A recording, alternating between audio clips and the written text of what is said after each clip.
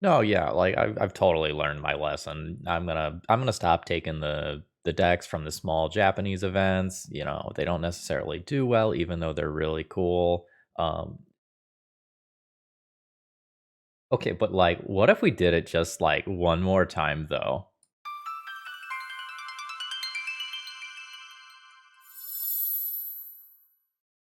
Hello folks, Phil Gallagher aka ThrabenU here for another legacy video. Before I get started here, I'd like to thank my sponsors Moxfield.com and Cool Stuff Inc.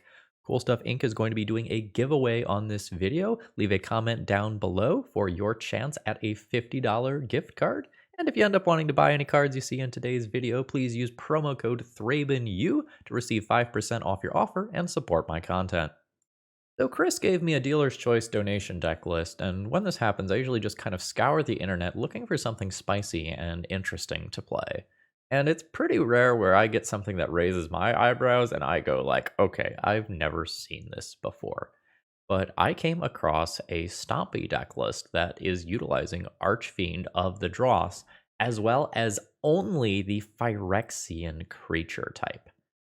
So, this card goes back to a relatively long chain of black creatures that are sort of undercosted for their mana value and usually have flying, but it will cause you to lose the game or keep you from winning the game unless you go and sacrifice them. So, this is a 6/6 flyer that has an ability that can also drain your opponent for some life, but you have 4 turns to win the game. Now, in theory, that's not a problem, right? I'm no math wizard, but 6, 12, 18, 24. 24 is more than 20, the starting life total you have in a traditional game of Legacy. So, in theory, it shouldn't be a problem, but, there's Thopter tokens and other things that can get in the way. And every creature in the main deck of this deck is a Phyrexian, so that you can utilize Cavern of Souls on Phyrexian as mana fixing and your way to force these powerful cards through. But we're going to need more than this if we're going to build a like Phyrexian Matters legacy deck. The power level has to be there. If you are a CEDH player, you have probably seen Phyrexian Censor before, maybe in a Winota deck or another stax deck. This is similar to some stacks pieces that do see play in Legacy in, say, the mono white initiative deck. So the power level is definitely here. This is comparable to, say, Archon of Ameria.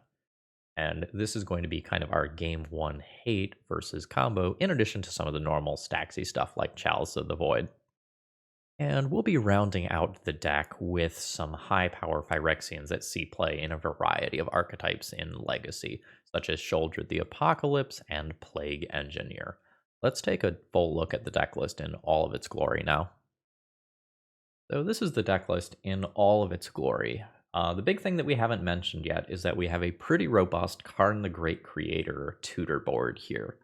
And while you'll probably recognize most of the cards over there, Argenta Masticore is really fringe by legacy standards. The 5/5 first striker, protection from multicolored, and long story short, at the beginning of your upkeep, you have to sacrifice this unless you discard a card, but if you discard a card, you get to nuke a card that has CMC less than or equal to the mana value of this card. Did I just use CMC and mana value in the same sentence? No, you misheard, clearly. All right. One other interesting thing about the deck building here is that this build is opting to try out Mox Diamond over Chrome Mox, and I'm not exactly sure how I feel about that. Because very commonly, Chrome Mox is played alongside these sort of modal double-faced cards as a way to cheat on imprinting them, because this counts as a land, but you can also imprint them. And we'll see if 23 land feels like enough with Mox Diamond here. I'm a little bit skeptical, but I'm going to play the deck list as is. Yeah, other than that, we've got some fast mana. We've got some Urza Saga, which people either love or hate. And we do have some non-Phyrexians in the sideboard. So it's not just a straight Phyrexian deck, but you gotta have some additional hate for the combo matchups. With that being said here, I think we're going to jump directly into the league here. Of note, I do have the alternate art for Archfiend of the Dross, as it is quite metal. Let's battle. Okay, how do I play this hand? It's a keep. I assume that one way or another I play Phyrexian Censor on turn 1. Play Lotus Petal. That part's easy. From here it gets harder? I think I Mox Diamond pitching Ancient Tomb, Cavern on Phyrexian, and do it that way. Wasteland gets more awkward if I do it like this, but hopefully this is fine. My idea here is that on turn 1, I get a chance to play this to really put pressure on an opposing combo deck. On turn 2, I get an uncounterable Plague Engineer for if my opponent is playing a creature deck of some kind. And then I just try to ride Urza's Saga to victory from there. If I draw 4 drops, it's a little awkward that I got rid of Ancient Tomb. But just before I see any cards that my opponent has, it's really hard for me to know whether or not I need Cavern. Might have needed Cavern. Alright, goodbye Plague Engineer. Now I don't have to try to figure out what creature type is appropriate. Agra Mauling is probably not great here. My opponent could be Death Shadow. We are just going to be getting Urza Saga going, though. Something like Doomsday is relatively likely on a start that looks like this. Oh, that can hit my land here. Opponent is definitely in the combo spectrum, and they give up game 1. So I feel like my opponent is somewhere in that, like, Doomsday Ant sort of spectrum, where I probably end up sideboarding the same way. I want Thorn, I want Thalia. I don't know whether or not Pithing Needle is going to be actively good in the matchup. If it is a Storm deck, putting that on Wishclaw Talisman is good. If it's not a Storm deck, I don't care about that card. I will also board in my Trinisphere. That's probably all that I board. Notably here, Karn does enough against artifact mana if my opponent is playing that I don't necessarily need to have like the craziest bangers for Karn to be good. Shadow Spear and Plague Engineer are probably the least exciting things in the main deck here. Which of these would I rather draw?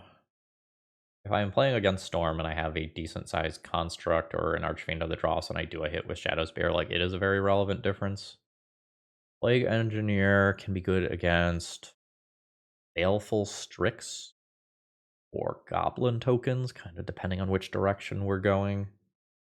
Spellbomb is also like good versus Ant, but kind of nothing versus Doomsday. I think I'm going to cut Shadow Spear and 2 copies of Plague Engineer and call this good. This hand is going to need more mana, but I'm definitely comfortable keeping it. Now, I do have a land that can get duressed or whatever, but assuming that doesn't happen, I get a Chalice on 0 and a Chalice on 1 on turn 1, followed by hopefully a turn 3 Phyrexian Censor. No shuffle with the Ponder. That's not the best draw here. So I'm always doing this. I'm going to follow this up on a Chalice on 0 prior to playing my land drop, I think. Kind of see if my opponent wants to daze this, in which case I would let it get countered and then play another one. Now I can decide if this is enough. If I think this is enough to buy me a turn, I could play tapped Hagra Mauling this turn, but I think I just follow up with Chalice on 1. Ooh, that occurs. So Doomsday is now much more likely than a Storm deck. Not that you can't play Daze in Storm, but it's pretty unlikely. Ooh, no more land, but also no shuffle. I have 4 uncastable cards in hand, unfortunately. What do you have going on? All right, Personal Tutor, presumably for Doomsday. Yes. Oof. Okay. We just lost this one due to not having enough mana sources in the opener. Like, I had three total mana sources. But I needed that third persistent mana to get this into play, I think. It might have stopped. I assume I'm getting Doomsday killed this turn. Alright, let's take a look, see if my opponent has anything particularly interesting here. We do have Force of Will, Force of Negation, and Dazes. We are relatively defensive here. And this not being like Crypt of Agadeem, so I can shock to put it in, is pretty rough here. It's not like Phyrexian Censor just instantly wins me the game or anything, but it might buy me another turn. Alright. Opponent has one card remaining in library. Alright, there is a Thassa's Oracle, and they don't even need to do anything with that last card. They just get me. So now I know exactly what deck my opponent is on. I'm gonna make a small swap here. A little heavy on 4-drops for my liking. Is Shadow Spear even playable? The Shadow Spear is not even like playable. Just like play another thing that can attack. That's fine. This has no real persistent black mana. Like it can Chalice on turn 1, but I don't think this one is particularly keepable. This fine? Not excited by this. It just makes a turn to Karn or Archfiend of the Dross. Not great versus Daze. It's not great versus another counterspell. I guess actually it's fine versus Daze because of Cavern of Souls, unless my opponent like thoughts uses this and then Daze is that. Okay, I will keep. I'm not happy about the keep. We'll lead on Lotus Petal, and I'll play Ancient Tomb here and pass. If I were my opponent, I would be thinking about like Opposition Agent here. Nope. Ponder's fine. Oh, I think I'm getting a package. One moment. Okay, package acquired. My opponent chose not to shuffle there. And now we're just hoping that like my opponent has to do a pass the turn Doomsday line that Archfiend of the Dross will end up beating. Oh. Yeah, I probably Sheoldred first. Cavern on Phyrexian. This card is a major pain in the butt for Doomsday. It makes all of the cantrips hurt a lot more. It's still worth the same amount of damage per turn cycle. Every cantrip my opponent has to use to set up now is spooky. I'm probably going to play this game in a way so that like Lotus Petal was the only counterable spell that I ever play. Alright, every point of life is precious here. Oh yes.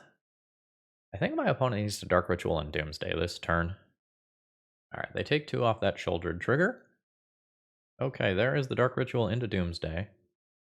My opponent needs to build a pile. So they're going to go to 7. They're going to get attacked to 3. They're going to draw a card and go to 1. They need to build a pile where they don't fetch and they don't draw a card and they don't lose life. That sounds tough. Alrighty. Well, I've got a... Oh, okay, yeah. I'm going to finish my thought. So I was going to have a choice to make. I could play around them having sideboarded in a piece of spot removal by playing Archfiend of the Dross, which would always leave them dead next turn. Or I could play Karn the Great Creator to deny artifact mana. There is a Lotus Petal. I don't remember if they play 4, but I think they play 4. There is a Lotus Petal in their pile, so like either one of these lines I think is worth considering. Today's video is sponsored by moxfield.com, just the best place to keep your online deck lists, and the reason I say that is it just has so much functionality. So for example, let's take a look at some random legacy deck here. You can click on your various 2-drop slots and you can see what % chance you have of casting various things on curve, and you can get a breakdown of your mana symbols and all of that stuff, and there's a lot more here than just this. Consider checking it out. Okay, I have no mana acceleration in this opening hand. I'm not really interested in keeping this one. Well, this hand isn't great. I'm still probably going to keep it. I think my opponent played Show and Tell last time I played them. So I think I'm going to keep this Caracas. And maybe in one of the ancient tombs here. Alright, Island Pass. Oh, hello, my good friend Ancient Tomb. How are you? I will just play out an Ancient Tomb here. The idea is to have uncounterable Phyrexian Censor next turn, and then we'll pivot into an Urza Saga game plan from there. Oh, okay. Merfolk? Merfolk.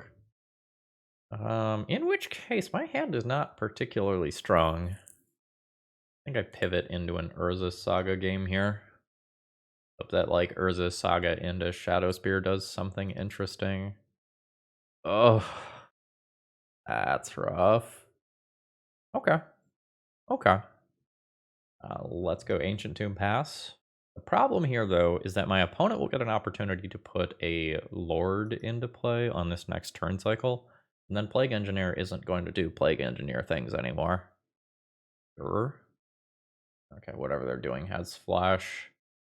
We're dropping a Plague Engineer. Got a response. I obviously named Merfolk. Hagra Mauling is going to be exceptionally difficult to cast this match. Like, I have Karaka's Ancient Tomb and Cavern of Souls, none of which produce black pips for Hagra Mauling. Yeah, that's fine. Now, assuming that I can take a Lord out of play, I can potentially make a House of Cards just kind of crumble here. Am I willing to trade 1 for 1 right now? I don't think so. I don't really see myself winning this game without the help of this Plague Engineer. Just take the initial damage. Debating how to play this out. I think I'm interested in sort of locking up combat and eliminating surprise blockers and such off Aether Vial for later. Go ahead and play this tapped as my land for turn. And ultimately, going to be working towards winning this game with Karn. A little awkward that I haven't given my opponent like a chance to counter something. So like it's very reasonable that there's a Force of Will stuck in their hand. And Karn eats that Force of Will. I think Ensnaring Bridge is my game 1 win here. Alright, my opponent has been in the tank for a very long time here. I think I need to absorb some damage this turn. I am going to trade with Plague Engineer now. Also, will just open up another line of draw a new Plague Engineer. I see. I'll lose Death Touch there and lose its ability, so that becomes a 3/3. That's fine. That is actually a very inconvenient draw. I guess I'm going to end up chump blocking with Phyrexian Censor, so it's probably okay. That's so awkward. So if I chump block a big one, I take what? Still lethal? Yeah, that Merfolk Trickster got me. Okay, I can play some copies of Containment Priest. I need to get Chalice of the Void out of here. I'll play Pithing Needle for Aether Vial, like Spellbomb out of this deck. I don't really want to play Karn. Karn is exceptionally slow in this matchup. I build this deck in a way that does not have Karn. This would be 58. I play a creature and reluctantly keep a Spellbomb in my deck. I think that's fine. No. This is not acceptable. Okay. Like, hand has a clear plan. So we just Pithing Needle, Wasteland, and attempt to win this game with double Urza Saga and Shadowspear.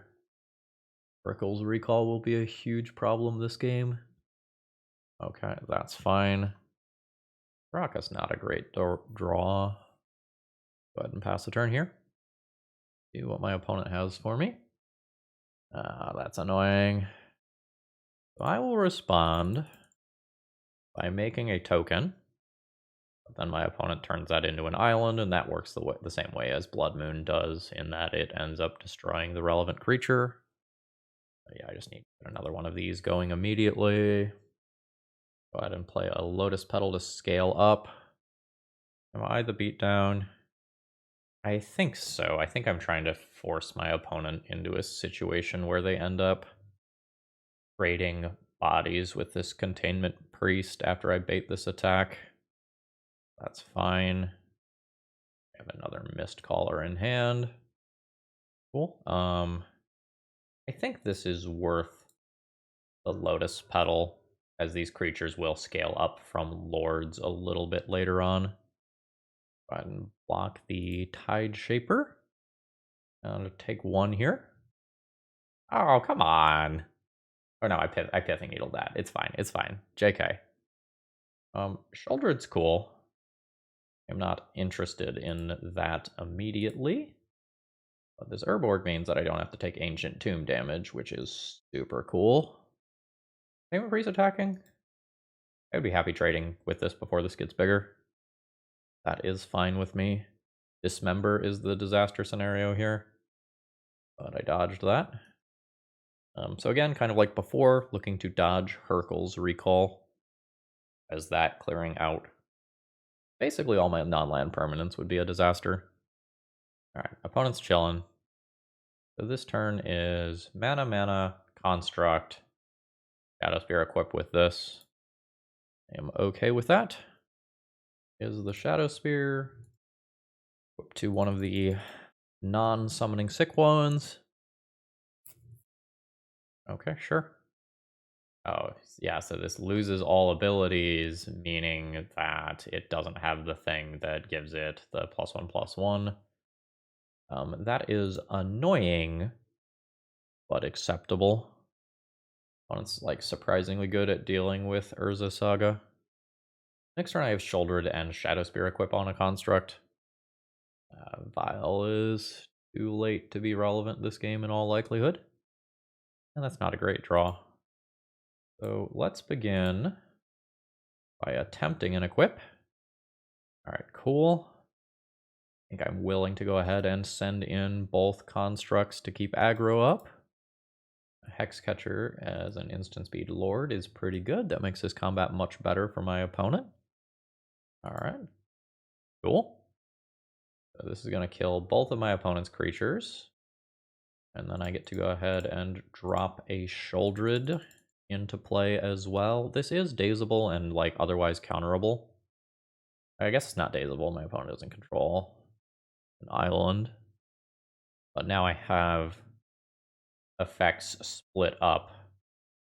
I have damage split up over multiple permanent types, some of which don't require me to get into combat. Something's happening. Silvergill Adept will put my opponent to 2, meaning that Sheoldred is now lethal. Alright. I probably don't endanger Sheoldred in combat. I'm going to take a little damage here and give myself some high mana options. Actually,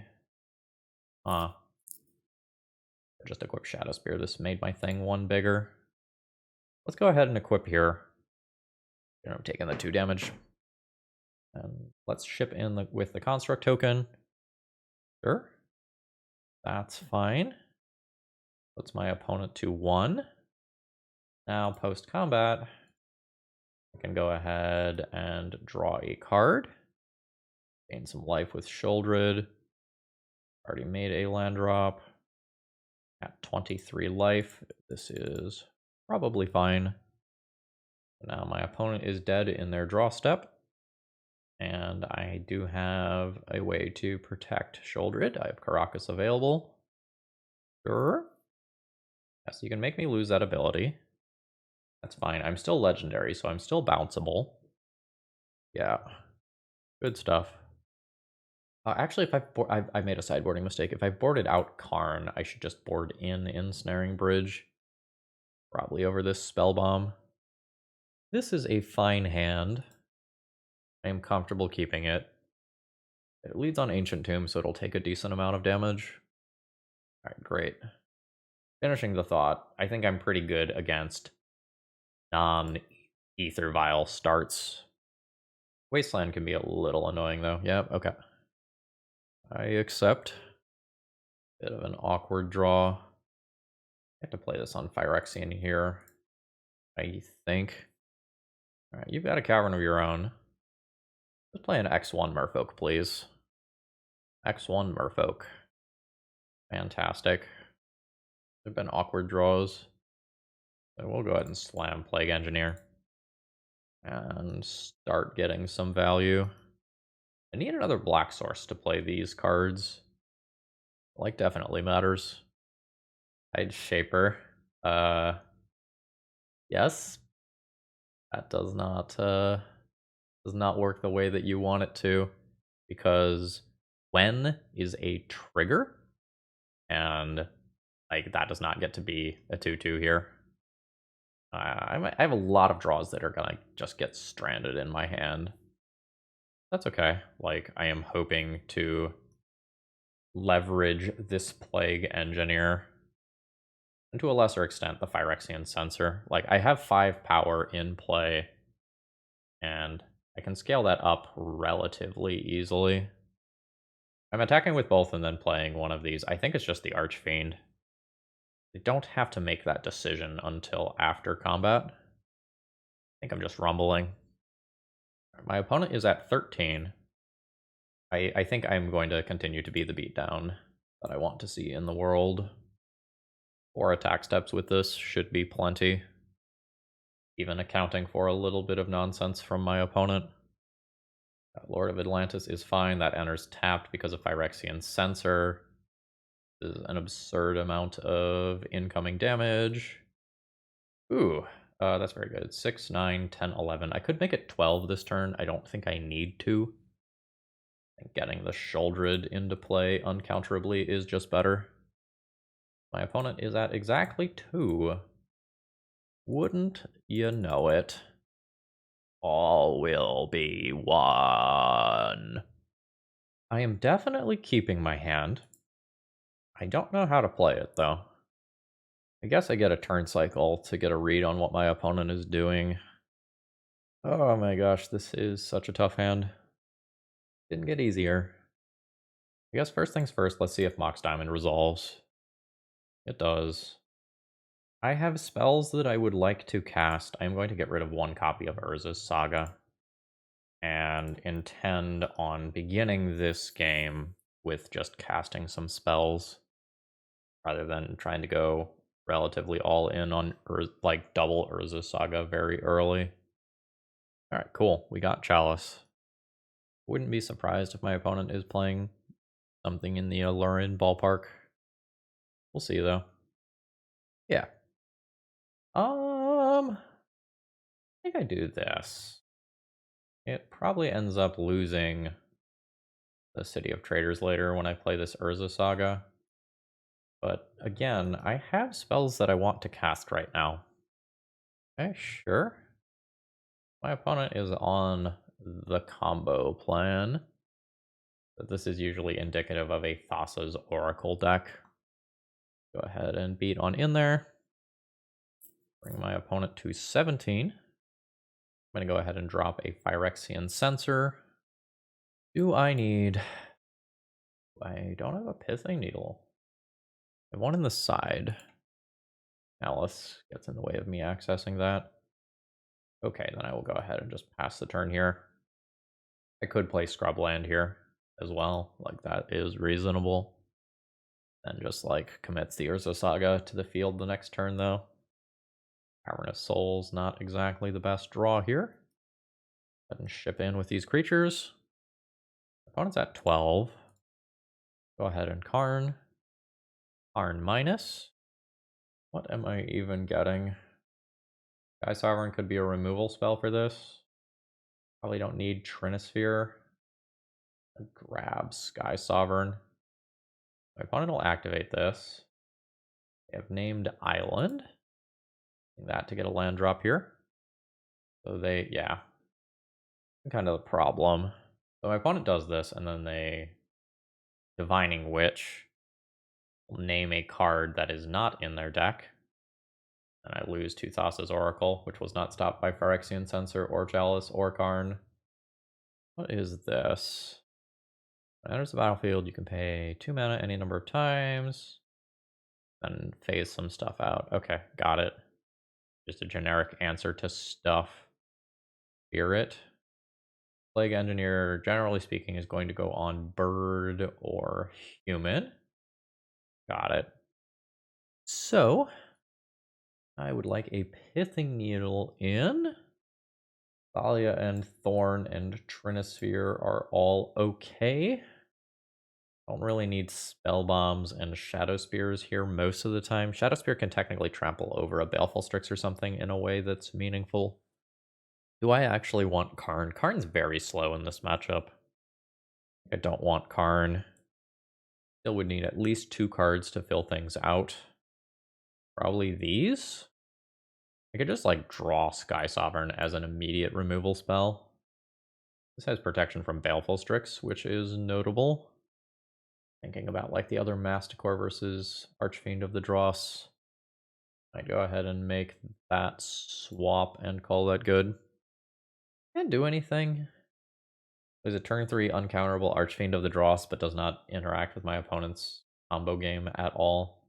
I think I just ship this one, trying to fish for something stronger. Not excited about this. Turn 2 Chalice, turn 3 Plague Engineer is double interaction though. I'll keep it. I'm going to throw back the non-land threat. We're just going to start with a tapped land, and then we've got Scrubland into Chalice for turn 2. And my opponent will just cast some cantrip here. Negative. This Chalice might be about to be Spell-pierced or something, but I just need to cast it 100% of the time. Oh no, it's in play. My opponent just may not have an early play just for the sake of, like, they mulligan to 5. Alright, we are chilling. I'm probably interested in Urza's Saga. And we'll go ahead and play a Plague Engineer. Go ahead and put that on human. Human and bird are both reasonable in this spot. Mastermind's fine. I probably just ignore that all game.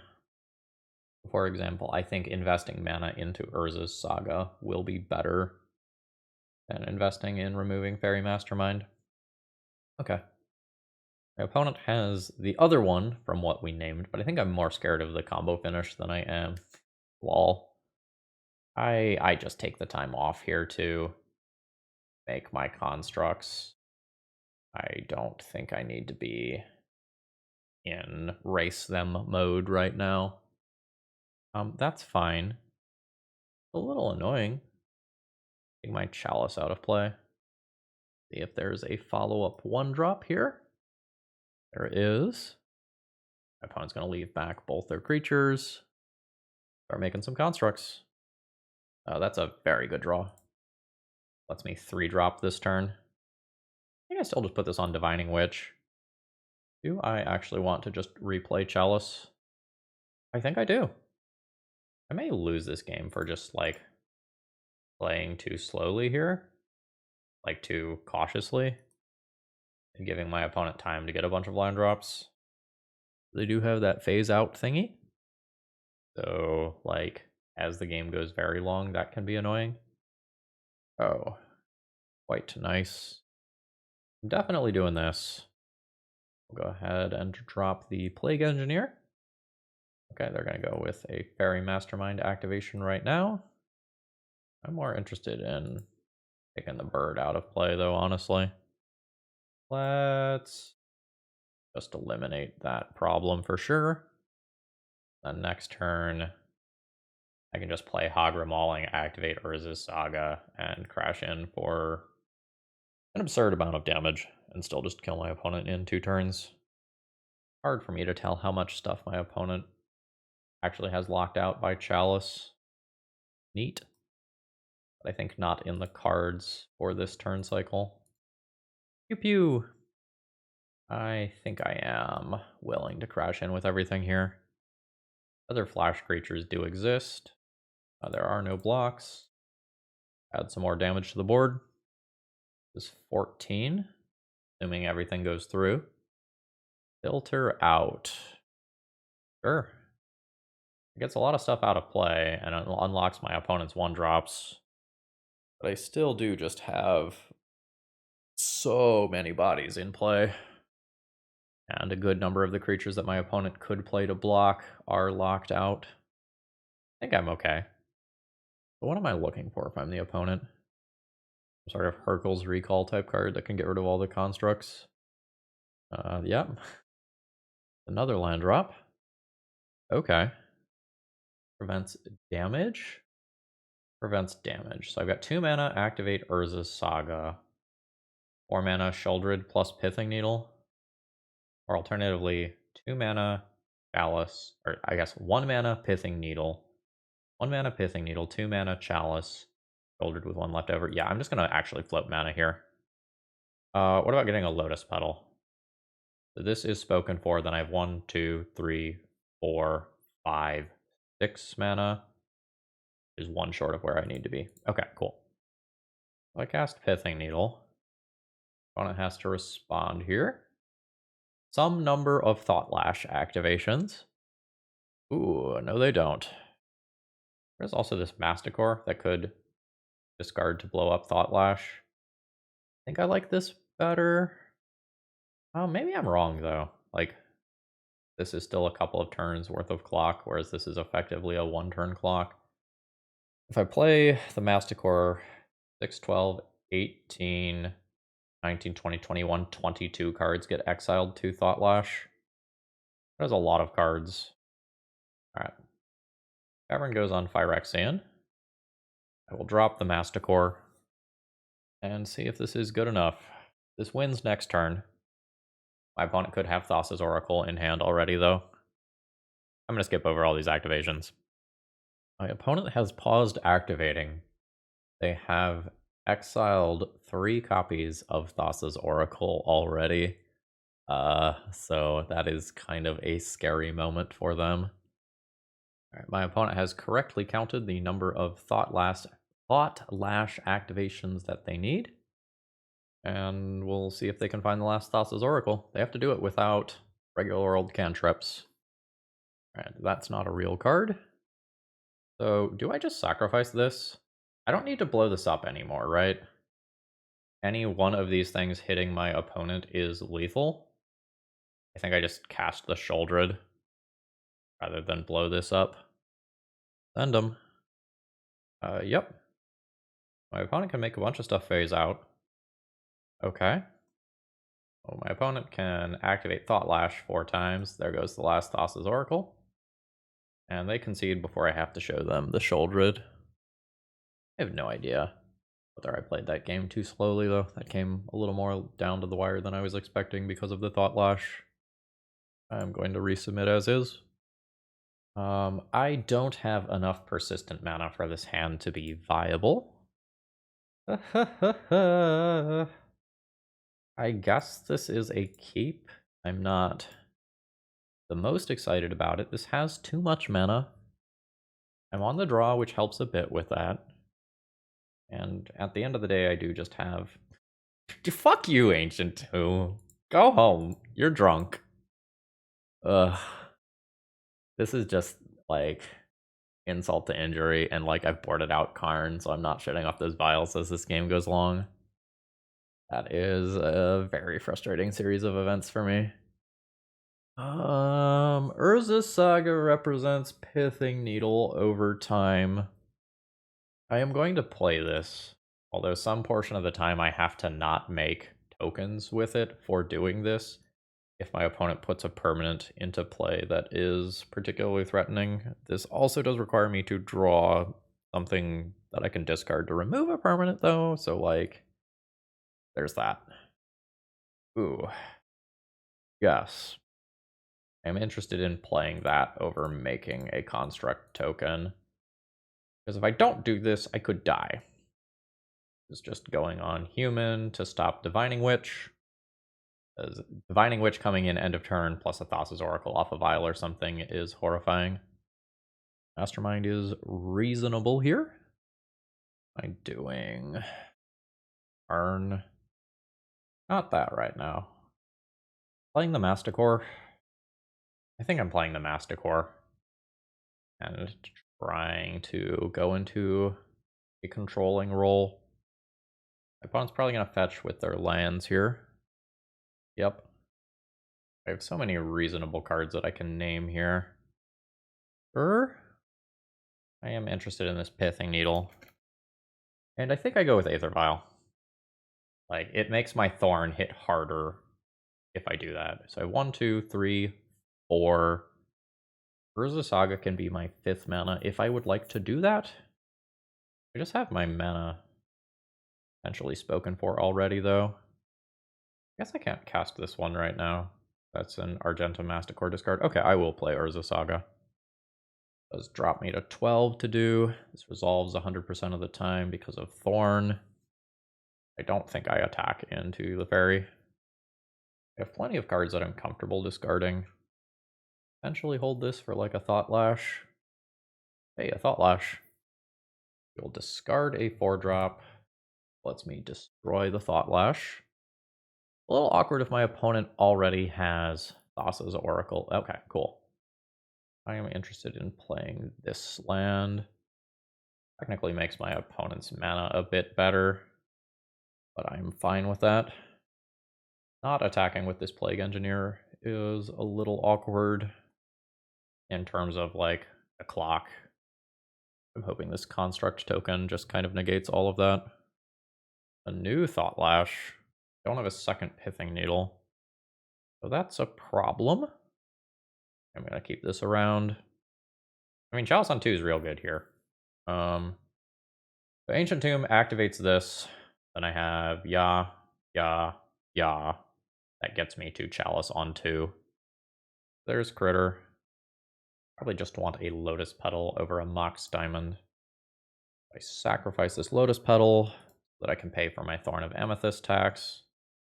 This is 11 incoming damage. Still not going to attack with Plague Engineer here. This is just not. I don't want to make this trade. Also, like, Thought Lash is a thing. Ooh, they're just going to take the damage and go to 1. Rather than starting to exile things with Thought Lash. Got rid of one of the ghosty boys. Alright, we're chilling. I will discard this to keep my Masticore. Let's attempt to exile. I should have played this. Well, maybe not. That's fine. Ooh. That's very good. It is counterable. My opponent's going to activate a bunch. Alright. My opponent has activated Thought Lash a bunch of times. And I have counted correctly. So Thought Lash, again, prevents the next 1 damage that would be dealt to you, which does not prevent loss of life, notably. So hopefully this Sheoldred just, like, resolves and is lethal. Force of Will is not an option. My opponent is at 1 life. So, what do you have for me? Alright, this is the lethal trigger on the stack. We draw some more cards. Lethal Sheoldred trigger is on the stack again. Oh, this has been a slog of a morning, folks. I am 3-0 with this Phyrexian Stompy deck right now. Alright, we are undefeated at this point. Let's see if we can keep that up. I don't think this hand is particularly keepable. So this hand does a turn 2 uncounterable Sheoldred and has Sheoldred's best friend Sheoldred as backup. I'm fine with that. If I have Cavern of Souls, I don't necessarily need Grubland. So I'm going to go ahead and throw that back. This lets me use Ancient Tomb as a regular land as this game goes on. Against Flooded Strand, I'm not going to play out Lotus Petal on turn 1. I have just drawn so many Ancient Tombs after keeping opening hands that had Ancient Tombs this league. Alright. Turn Brainstorm, maybe? Indeed. Oh no! That is a very strong play versus my Sheoldred. Aldra will clock just as fast as that does. Oh. We're not ready to do that yet. I'm perfectly happy having drawn it. Phyrexian, baby. I guess the primary question I have is does my opponent actually have Caldra in hand already? Because that matters a lot. Oh, baby. I'm glad I took a shower in between rounds. That is just dirty. It is a new Stoneforge Mystic, which finds Batterskull yet again. Alright. We've got a plan. We're going in for punchies. I think my opponent should throw a Stoneforge under the bus here. They disagree. They are at 7. And this is about to happen. So yeah. Hello and good luck. Yeah. Yeah. Archfiend of the Dross now represents lethal. Swords to Plowshares is fine. Opponent needs an answer for Archfiend of the Dross as well. They do have it. However, they are also going to need an answer for Sheoldred's cousin, more other Sheoldred. Otherwise, this game is just over in 2 more turns. Do I want to take 2 damage from my Ancient Tomb? Oddly, I think I do, because stopping my opponent from fetching to clear cantrips could definitely be relevant this game. I don't think I am going to play Urborg. More Sheoldred. Would you like to cast a Brainstorm to find an answer to this Sheoldred? Puts my opponent to 2. And they need an answer to Sheoldred here. Batterskull is not fast enough anymore. Bobble. Interesting. Okay, cool. I just don't attack into Batterskull here. That's my opponent's out. I believe I go ahead and just cast this and let this chill in play. Yeah, do cycle immediately. There's another Cavern. Go ahead and play that on Phyrexian as well and pass the turn. Alright, Bobble trigger is lethal. Yeah. I feel like my opponent had the tools to win that game. I don't know exactly what their hand looked like at any given time, but the immediate brainstorm into Sheoldred and the decisions made with Stoneforge Mystic didn't feel great from my side of the battlefield. I am really quite bad at dealing with Stoneforge Mystic. I don't have anything like Sudden Edicts in the sideboard to bring in. I can bring in a Pithing Needle for Stoneforge and equipment that's fetchable off of Urza Saga. Talia and Thorn are playable. Argentum Masticore is playable.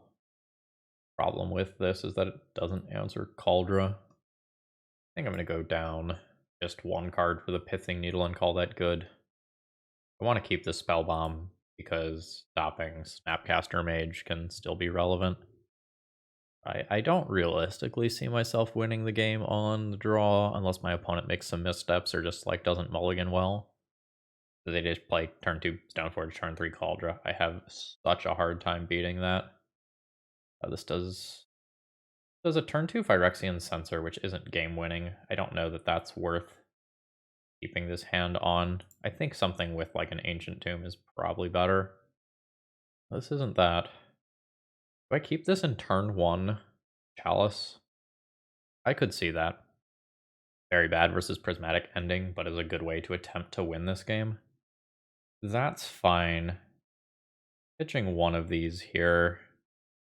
If Chalice works, Censor becomes significantly less good. Censor is castable off 1 more land. I think that's my deal breaker here.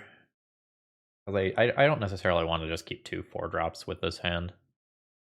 Okay, sure. Not a great draw. That's what we just threw back in the deck. I think I'm just going to ignore the existence of back to basics here. And attempt to go fast. Sure, that's fine. Force of Negation. Perfectly reasonable. Very scared of Stoneforge Mystic just happening here. Which it might be. Great. An Ancient Tomb makes his hand very good. Alright, another Bobble. Fine. Mono uncastables, unfortunately. That's fine. Like, we had 2 draw steps to hit another mana source. I also don't think this game is over. My opponent just didn't have the turn 2 Stoneforge, which was the thing that would immediately put this game in my opponent's favor. Okay. I have Plague Engineers in my deck if my opponent just slams a True Name here. Is Narset instead. How bad is this going to be? First Plowshares, pretty bad. So Cavern's a great draw. Like, my opponent can just Source of Plowshares this out of the way, but more importantly, this clears the Source of Plowshares so that I have another scary thing that can potentially chip away at my opponent's life total and kill them. Alright. I'm largely just ignoring Narset this game. Counterspell. I'm going to attempt to play Karn's around Counterspell. I'm going to pop that out so that I remember that. Okay, sure. Alright, there's the scary thing. I found Batterskull again. Damn it, guys. We've talked about this. So now what is the path to victory? The path to victory probably involves Karn and Snaring Bridge to beat Batterskull. Archfiend of the Dross just, like, is not going to be good against that. I believe this is feed a Karn to counterspell so that my opponent doesn't get to Batterskull in this turn cycle. This is totally fine. And then I work towards Karn and Snaring Bridge. Archfiend of the Dross is, I guess, a problem with an Ensnaring Bridge based kill. Okay. Ending on a mana source is rough. Ah! Mox Diamond versus Chromox is huge here because this is a Chromox I could imprint the Archfiend of the Dross, and then I don't run into that negative synergy problem for Ensnaring Bridge. And my opponent gets their Batterskull. I am very much behind at this point. 5 damage a turn cycle, not great. The Mox Diamond doesn't work with Hagra Mauling. Cool. So we'll go ahead and play that tapped. Yeah, there is a few too many 4-drops in this deck for my liking, I think. I wonder if there's enough playable Phyrexians that I can do this deck without Karn. Phyrexian Obliterator is probably too rough on the mana. At least if you want to keep running Urza Saga, which I think you do. My opponent paused for a pretty long time at my end step. I'm not really sure why. I don't know if they had a castable. I think this is just about to eat a hard cast Force of Will. Accurate. I will get one more attempt, I think, before I just realistically can't win. Let's attempt Karn. Alright, it's in play. Going to pick up Ensnaring Bridge. Now, there's this problem where I currently have 5 cards in hand, and I'm about to have 6 cards in hand. Everything is fine if I draw a land. Oh, okay. It was a predict. Okay, it is a miss. So I think they had the predict last turn, and they were thinking about whether or not they wanted to do it blind, but they were willing to wait another draw. But then with Ensnaring Bridge coming, they got incentivized not to wait any longer. Alright. Does Karn buy me some life? Yes, Karn buys me some life, and I found a land. So I'm going to go ahead and get some cards out of hand here. Discard the scrub land. I'm going to cast the Ensnaring Bridge, doing so around Spell Pierce. And then I'm going to go ahead and cast a Pithing Needle. And we're going to go ahead and name Teferi so that Teferi can't bounce Ensnaring Bridge. Now there is a short-term problem here in that I have to figure out what the hell to do with this. Prismatic Ending ruins my fun, putting me to 5 life. I mean, I'm gonna try to keep fighting for a little while longer, but this is an uphill battle. I also think my opponent could just hit the end turn button 4 times and kill me after I do this, but I'm hoping they, like, spend resources on this card. Well, actually, I guess if they spend resources on this card, they'd probably kill me, right? Alright, we're in play. We are oiled up, ready to rumble. Okay, that technically nets me life. Okay, sure. They do have a slight red splash, probably for like red elemental blasts for the matchups that have Minsk and Boo. Sure, I assume that will probably shuffle. Does. And I'm down to 3. We'll continue the trend of playing 4 mana cards. No immediate swords this time. My opponent has lots of looks at a way to take this out of play. Alright, sure. Yes. This is annoying. Uh-huh. Now my opponent attacks with both creatures. I have to block this one, or I die. Then my opponent can use the 2 Jitte counters to kill my creature. And we did see its other trigger happen for the first time in this league here. Now, I need my opponent to not see an onboard play here. There is an onboard play that beats what I am about to do. My opponent has to see it. We're going to go ahead and shrink a Stoneforge Mystic. And then we will do this again. I'm going to name... You know what? Let's get a spread of Artificer and Core here. So we have killed Stoneforge Mystic. Very surprised that I'm in this game. So...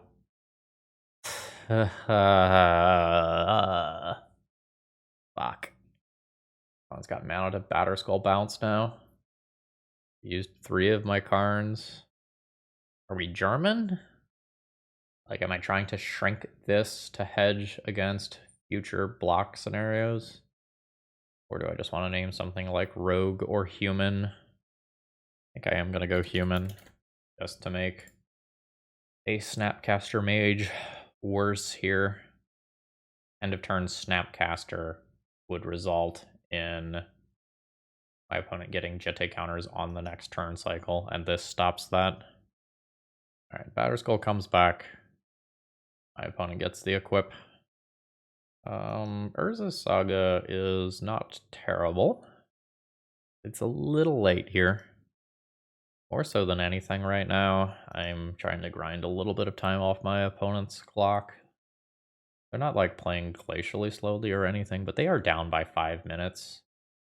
And every time they, you know, take 20 seconds or whatever on a cantrip, that just works me a little closer towards a victory of some kind. There's a prismatic ending, and that will kill me. So I haven't seen a True Name Nemesis yet. Gotta be over there, right? Oh, my opponent does have Supreme Verdict. And I don't know that they have Caldra. I think I have a few too many 4-drops. I am going to bump my curve down 1 notch, I think. And then be happy enough with that. Turn 1 on the play Chalice into turn 2 Sheoldred. But this land goes away. I don't think so. It's tempting though. Yes, this hand's a keep, and I'll throw back the uncastable Phyrexian card here. I believe despite the negative synergy with this play, this is just what I do, and I expect at some point in this game the Chalice of the Void is removed so that I can actually cast this Shadow Spear. Ooh. Yes. I think this route's better than Karn. Maybe I'm wrong though. Like if I just slam the Karn, it's a pretty good distraction in terms of resources. Okay, yep, that's fine. This lets me cast the Shadow Spear. How do I want to do this? So I make a token with this. I play Urza's Saga. Next turn I can play Ancient Tomb and then play both of these. I think I'm into this. And I think I will throw the Spell Bomb out there first. I'm going to deal these Ancient Tombs are going to hurt me a lot. Like I do have Shadow Spear. But I'm very happy that I'm going to get to Pithing Needle Stoneforge Mystic. A very fast brainstorm. Alright, it's token time. Sheoldred. Not ready for that yet. Activate the one that I am about to lose. Go find Pithing Needle. Cut off Stoneforge. One gets bigger. I think I just attack in for 4 rather than 5. I don't think I throw another Urza Saga token into play at sorcery speed because of how good Supreme Verdict is... Alright, they get to draw 2. Do you have Supreme Verdict? Feels like yes. That's not white mana. Meltdown. That's very good. I will clear the cards that I can from my opponent's graveyard. And I've lost a lot of steam here. Game's not over. Like, I'm still going to get 2 more 3/3 creatures out of this land. There is a swamp. I'll go ahead and activate this. On it swords the creature. Fine. Always getting Lotus Petal here, so that I can cast a 4-drop this turn. I think it's Sheoldred. I think I just want to ing my opponent for their brainstorms and ponders and stuff right now, in a time where they're looking to kind of turn the corner. This is a lot of pressure on life total, whereas Karn is a pressure on resources. And the timeout game is also looking real here. Alright, unfortunate. Back to basics. My opponent does not have access to white mana currently. I can go all in on a construct token here. The Karn is pretty bad in the face of back to basics. Like, I am lucky that I have... this might be my only basic, actually. I get something that untaps. I think I'm going all in on this creature since my opponent does not have access to white mana. I don't expect this to win, but I only need to dodge for 3 turns. That's not that long. It's white mana. F. I think timeout is the only way that I reasonably win from here. Which, honestly, is not crazy still. Narset is fine. So now my opponent gets to do this neat thing where they can brainstorm, put some cards back, and then Narset minus to go past the cards that they just put back. Or not. They've chosen a shuffle. They found a ponder. I'm just going to hold that in hand. Sure. I think this game is over enough in my opponent's favor that I'm just going to narrate things that are interesting and kind of skip around a bit. Okay, at this point my opponent has assembled Stoneforge Mystic for Batterskull plus, like, an active Jace. I am comfortable conceding here. Even with sub 5 minutes on their clock, they can very quickly make some Batterskull attacks. That is fine. Dreams of Trophy crushed. So many of my opening hands just, like, don't have appropriate mana ratios. How much do I believe in Chalice of the Void? Hand's super awkward, because if I lead on turn 1 Chalice, unless I'm willing to Lotus Petal in Shadow Spear, I just have to throw back Shadow Spear and keep 5 mana sources and Chalice. I don't know that my 5 is better than this on this deck, unfortunately. Alright. Come on, Chalice. Just like win me a game of Magic, okay? Alright, we're in play. Not gonna play out Lotus Petals here. Marsh Flats is a relatively uncommon land. Looking to draw, like, any threat here. Honestly, I'll take this. At this point, I will cast both of my Lotus Petals, because otherwise I start running into the, like, whole Phyrexian spell situation. It's a Lotus Petal, you're not going to counter it. Let me cast my Phyrexian Wizard. Second Petal. Crack for white for a Phyrexian Censor, which is done around days. And I will play this tapped as a land. Not in the market for that to be a removal spell at this time. Don't have black consistently for that. Cavern's great. I mean, it's not great right now, but presuming that I'm playing against some sort of blue deck, like, this is perfectly reasonable. Alright, we have Cavern on Phyrexian for the future. Don't have a strong indication for what my opponent is playing yet. Hard to tell how much this and this are impacting them. Got another land. Going up to 3 mana. We get to Teferi. Oh, we're Stoneblading again. Not good for me. We figured out last round that that is going to be a tough matchup. Am I interested in this? Less mana than City of Traders, but it sticks around and produces true black. I think I'm just into that. I'll bash for 3. I'm winning the race if we outright just go back and forth, but my opponent has the better defensive creature, so they can just pump the brakes whenever they want. Ew. Alright, they're gonna hold the line here. So I'm into this. Go ahead and cast a Karn. This is not a Phyrexian spell, so I don't get another spell this turn. I go ahead and minus this. I am about to lose the Karn, which probably just means that I try to turtle up and find a new way to win this game. Again, though, the whole ensnaring bridge thing is not the best when my Phyrexian 6/6 flyer starts getting involved. Okay. Beep beep. My opponent's at 9. And I get to attempt to resolve this ensnaring bridge. That's brutal. So my opponent, without cantripping this game, had double True Name Nemesis and Counterspell. And Sword of Fire, nice. Fuck me. Okay. Yeah, so I can cast this, go to 7. They'll just die to True Names. Where's my Plague Engineer? So last time around I just did this, right? Like that's just basically all I was capable of doing. I could play Argentum Masticore. Actually, my opponent hasn't shown me Snapcaster Mages yet.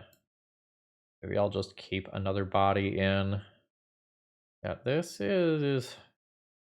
negative synergy with Ensnaring Bridge is a real problem.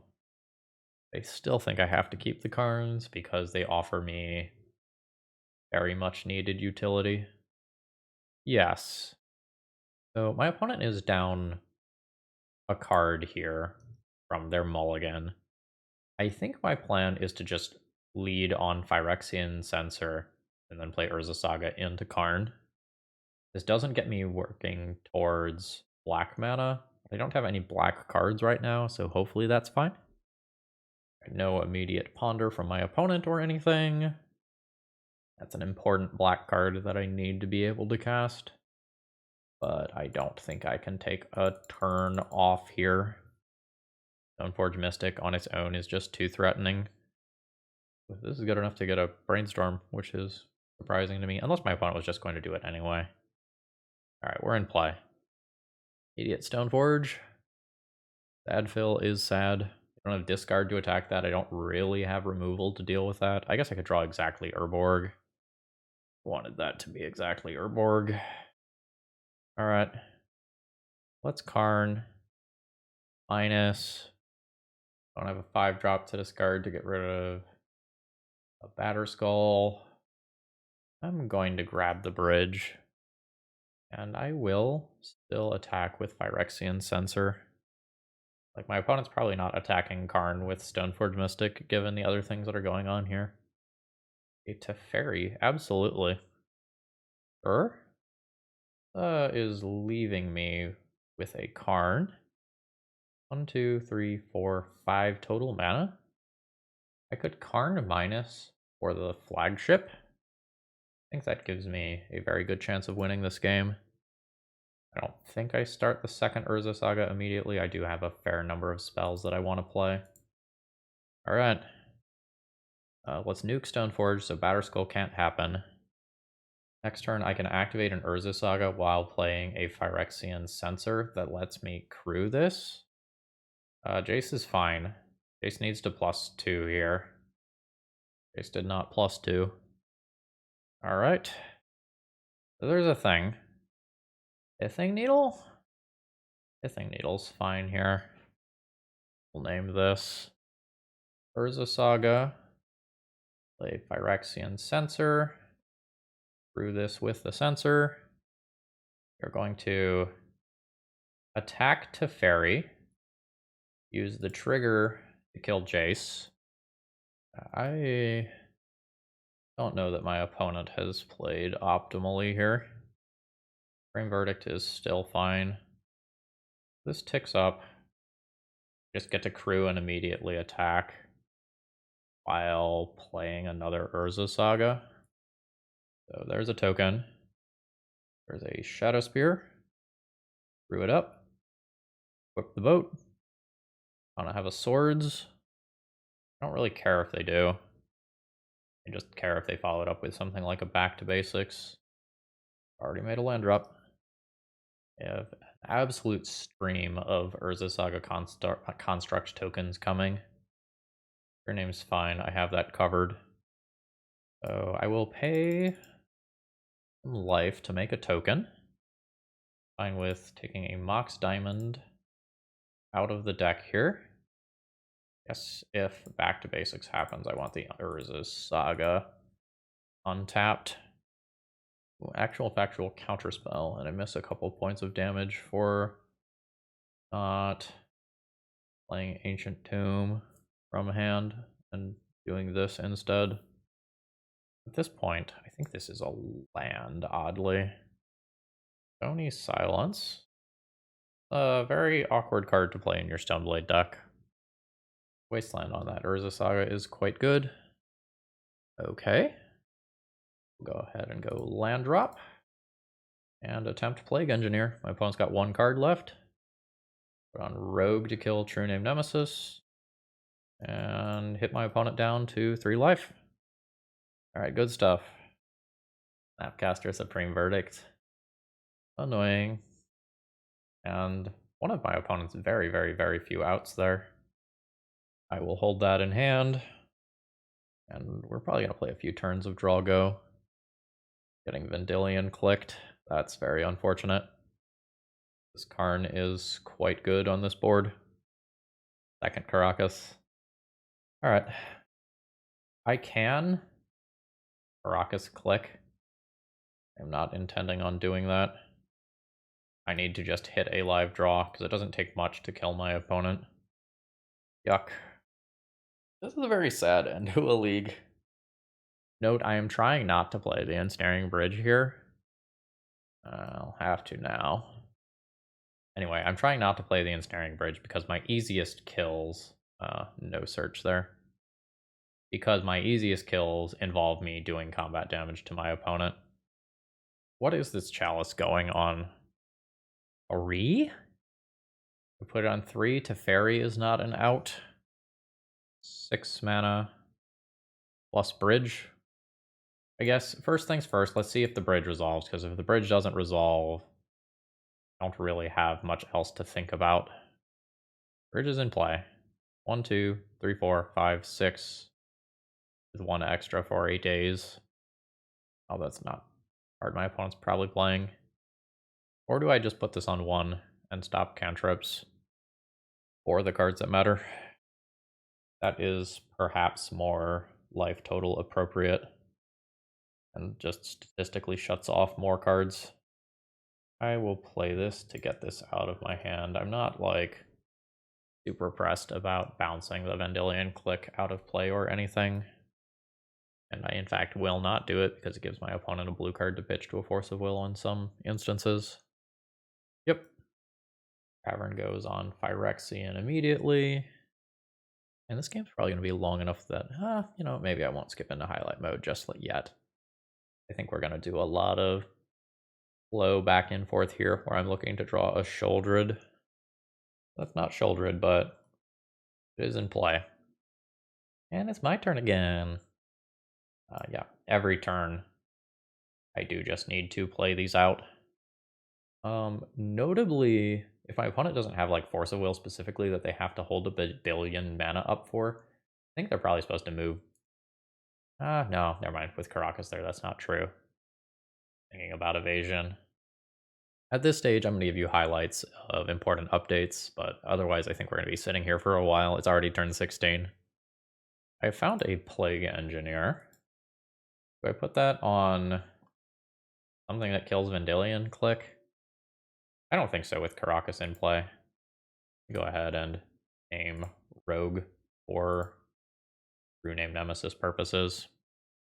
My opponent end of turn is legend ruling their own Vendilion click. They're targeting themselves here. They had another Stony Silence. Alright, so this is my next interesting decision. I believe this now goes on X is 3 to stop Teferi bounce. And we're just trying to eliminate outs to the soft lock that I have. Somewhat awkwardly, if my opponent were to bounce my Ensnaring Bridge right now, I wouldn't be able to recast it. This is probably the effective end of this game. Opponent has voted for Ensnaring Bridge. I will also vote for. So, the way that I win involves me top decking a Karn. Throw this away to save 4 life. I can't let my opponent keep clicking. Slightly punished for not putting this on Rogue. Seems like my opponent has a true name that they didn't cast. Well, well, well. It isn't Karn the Great Creator. I'm golden as long as my opponent doesn't have a counterspell. Nice. I will go ahead and Karn minus here. And I can use this to actually get Ensnaring Bridge. I'm thinking for a moment about whether or not it is better for me to just get Sky Sovereign, actually. Might be better for me to get Sky Sovereign. Sky Sovereign, Stoneforge.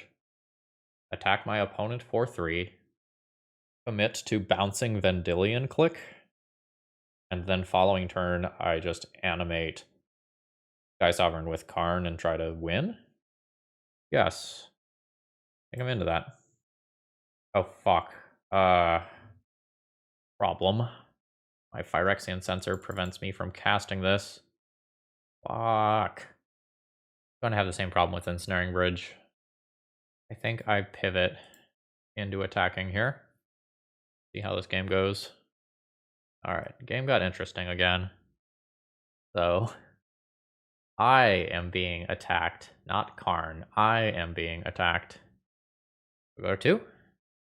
Or do I let them take my Sky Sovereign? I think I go to 2. Alright, life total's a resource. F. Okay. That's a very awkward draw at this time. So awkward that I took that damage. I'll attack for 3. Brings my opponent to 4. Minus Karn. I pick up Ensnaring Bridge from exile. Cast Ensnaring Bridge. And I have a soft lock on the game. Emphasis on the soft, though. Ooh. Tried to stop this earlier. That just comes at me, and there's nothing that I can do to stop that. Alright, I had decisions that I could have made differently in this game that maybe could have pushed me over the edge, but I think ultimately that Teferi ends up getting there. GG's. Ooh, that was a slog of a league, but a pretty fun one. I think we're very bad against those blue-white decks like we were seeing in the last couple of rounds here. Ultimately, my general thought on the deck is that it has too many 4-drops. Like, the fact that you can make these, like, very reasonable, like, legacy playable 16 Phyrexian creatures uncounterable with Cavern of Souls is good. But when you start thinking about the number of 4-drops that are actually in this deck, I think it's just, frankly, unacceptable. And most of my hands that didn't have Ancient Tomb felt weak accordingly. I think the first thing, I think there's 2 things that I want to do. Number 1, I want Hagra Mauling out of this deck. I think I cast it as a spell once in this entire league. I think it was just worse than other mana fixing options. So I want Hagra Mauling out, and I want Karn the Great Creator out. If you remove Karn the Great Creator, I think you get to play a reasonable sideboard that includes some, like, Sudden Edicts or Sheoldred Edicts. Planeswalkers were a bit of a problem throughout this league, as were some creatures that I couldn't just clear with something like a Plague Engineer. I haven't done a deep dive into the Phyrexian creature type to know if there's other things that are reasonable to play in this deck list. I'm also not sure that you get away with 2 copies of Karakas. Like, you need black for Sheoldred and Archfiend of the Dross, and Karakas not producing the relevant colors of mana definitely came up. Like, I think 1 is fine, but it may be that another land that just produces my primary colors, like a second Urborg or something, is just going to be better. Also unsure about Mox Diamond. 23 with Mox Diamond is not, like, unacceptable, but a lot of times the Mox Diamond decks have closer to 26. Argenta Masticore definitely did some work out of this sideboard, though. Like, I was much more impressed with that card than I thought I would be. But yeah, let me know in the comments down below what you think of this, and remember, if you want to buy any of these cards, my promo code ThrabenU at Cool Stuff Inc. gets you a nice little discount. Alright, have a great rest of the day, folks. See ya!